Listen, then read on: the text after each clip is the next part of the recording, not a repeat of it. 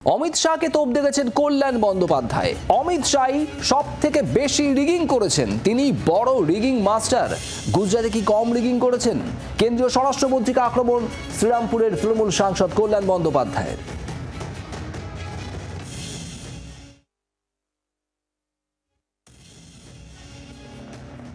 নরেন্দ্র মোদী আর অমিত শাহ সবচেয়ে বড় অপদার্থ হচ্ছে অমিত শাহ, গোপাল ঠাকুর একদম।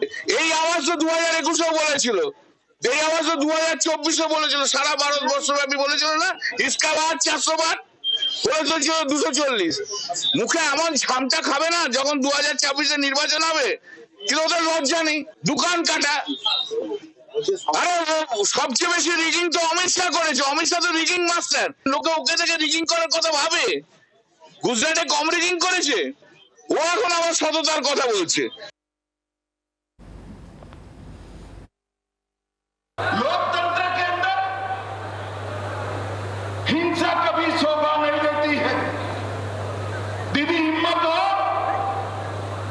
तो हिंसा के बगैर, रेगिंग के बगैर चुनाव कराकर देखो, आपकी खुद की जमानत ये बंगाल की जनता जब्त करेगी। বাংলার আওয়াজ, বাঙালির আবেগ, জি 24 ঘন্টা।